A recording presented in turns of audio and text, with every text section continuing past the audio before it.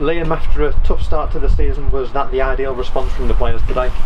It was the only response we could actually come back with.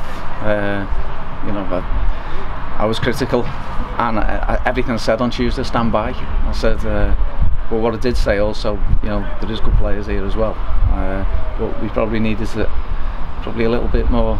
What people will probably say a lot more like a Liam Watson team. We're a lot more, as you say, streetwise. There was balls put into areas where we were going to hurt them, and obviously Dion's pace and Samo's hold-up play caused them an awful lot of problems. Were they the most pleasing aspects today, the fact that it was kind of back to basics? Well, the pleasing aspects is always scoring and winning a game, because obviously we haven't been doing it since pre-season. But what I will say, we went into the Telford game all high expectations.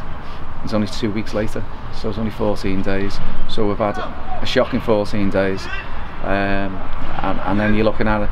It's when we played 5 games, we've got 3 people sent off, which obviously has got to improve. So they've actually got to understand what I'm saying. Where I'm saying, get in people's faces, be aggressive, play on the front foot, don't cross the line. Clever ones cross, get away with it from time to time. But I think the referee, to be honest, today spoiled the game a little bit. The amount of fouls he gave and the amount of bookings he gave in a game where there wasn't a bad tackle was frightening. An early goal set the tone on Tuesday. How important was getting the early goal today? I think taking the lead, that's the 5th game in, it's the first time we took the lead, which is hugely important for us. And I actually thought it was a well-worked goal. It was a ball put in the channel, Dion's paces got in. We saw him actually put a great ball in, and Samo, who I've got to say was absolutely top draw today, finished it great as well. Like he finished his third, the second one great. Well, our third is second. I was just going to ask you about Jack. He's the one player I think you mentioned on Tuesday who put the shift in. He always puts the shift in, doesn't he? How deserving is he of those 2 goals today? Well, he's probably one player who, if you ask Jack yourself, he knows I've tried to sign him in the past. So he's always one. He's an honest player, and I said, best credit you can give to him was I said to him coming off, you're the best player on the pitch today. 2 goals for Jack, 2 goals for Dion as well. He was recalled to the team. Has he shown today how important a player he can be? Well, he was always going to be important to me. The fact that he missed the first month of the season with a surgery on his hand, well, a couple of surgeries on his hand, made it really difficult. And then obviously, he was always going to get his chance. I've seen him in the past play up front. His pace is always going to be, because at times he can hurt you defensively because he'll switch off. But his the 4th goal, you know what I mean. And I know the keeper wasn't happy with the way he's dinked him, but great to watch. A first start today for Andy Parry. He's got the best part of an hour under his belt. He's going to be a key player as well, isn't he? Well, I think everyone knew how he was mine. They knew he was going to be the linchpin of the team. He's obviously had a tough little spell with injuries, but he's coming through that, and we need to look after him and cajole him and get him through into that situation where we know we're going to get something out of him. But you see the importance. He's just got a little bit of him. He's got a presence on the pitch. He knows when to turn the ball. He knows when to keep the ball, and hopefully others will learn from him. Change of shape today, 4-4-2. 5 changes of thinking personnel to the team that lost on Tuesday. Could you give us an idea of your thinking behind your lineup and how that worked? I want them to play like my teams play, and it's probably been a bit false pre-season. Players have trained really hard.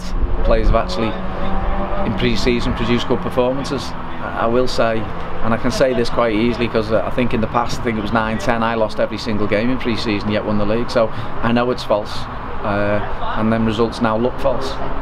What I will say today, this performance is only one performance. However, work ethic and all that I've never questioned. I said, but we played with a little bit of know-how today. I think that's probably been the difference. Just away from today's match, Liam Martin left the club this week. He's a player who's struggled with injury over the past 12 months. Can you just give us the club's kind of perspective on that?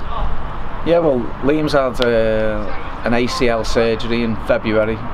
Anyone in the world will tell you don't play until 9 months after post-operation, but Danny's given him good advice, telling him, you should be looking at November time. He didn't believe Danny.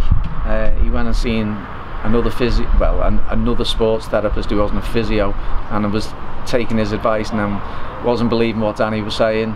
and that actually conflicts him. Whereas, you know, if he wants to come back after 6 months, when no surgeon in the world will tell you that he should come back, that's up to him. The other flip side, you know, I've never seen him play. I said, but you know, it is what it is. On Tuesday I spoke to Anthony Johnson, Chester's manager, and he asked me about what Liam Martin was like, because Liam Martin I'd already asked him if he can go to Chester, and that was before he'd had a conversation with me. So I said, you know, we could all put big statements out, but that's the truth. Just finally, you mentioned on Tuesday that there were similarities really between here and 2003 maybe. Back in 2003, I think everyone remembers the game at Marine, which was the turning point. Can this be a similar turning point in terms of giving us the ability to kick on now? No, I think it wasn't today's game which is the turning point. I'd say Tuesday night's the turning point. And to, you know, I've got to look at myself a little bit and say, you know, I should have been more forceful from the first minute. But pre-season's been false, and it's probably misled me, and that's not being critical of players, it's being critical of, we played different formations. I wanted to see what different people can give me, and then probably got sidetracked a little bit from what I know was right and what I know was wrong. And you know, as I said, from Tuesday night it was very much, it's going to be at my way, and if people don't want to do it, they can go.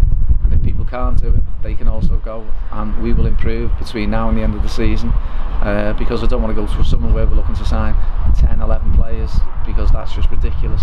We need to improve as the ground gets redeveloped.